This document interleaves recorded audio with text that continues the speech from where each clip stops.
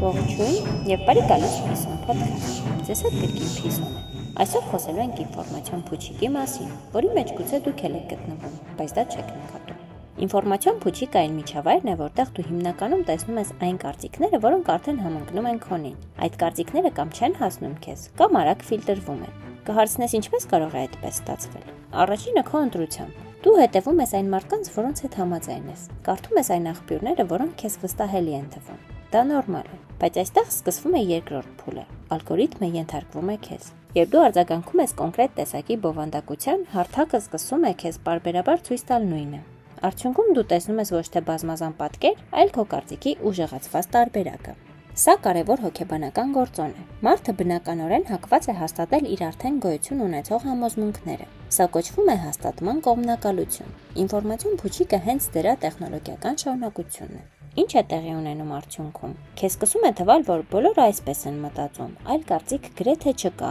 կամ մյուս կողմը պարզապես սխալ է։ Բայց իրականում դու պարզապես տեսնում ես ընտրված իրականություն։ Հիմա հասկանանք, թե ընտրությունների կոնտեքստում սա ինչու է վտանգավոր։ Որովհետև քո որոշումը սկսում է հիմնվել ոչ թե ամբողջ ինֆորմացիայի վրա, այլ ֆիլտրված դաշտի։ Ու եթե դու երբեք չես հանդիպում հակառակ կարծիքին, դա չի նշանակում, որ այն չկա։ Դա նշանակում է, որ դու արդեն գտնվում ես փուչիկի ներսում։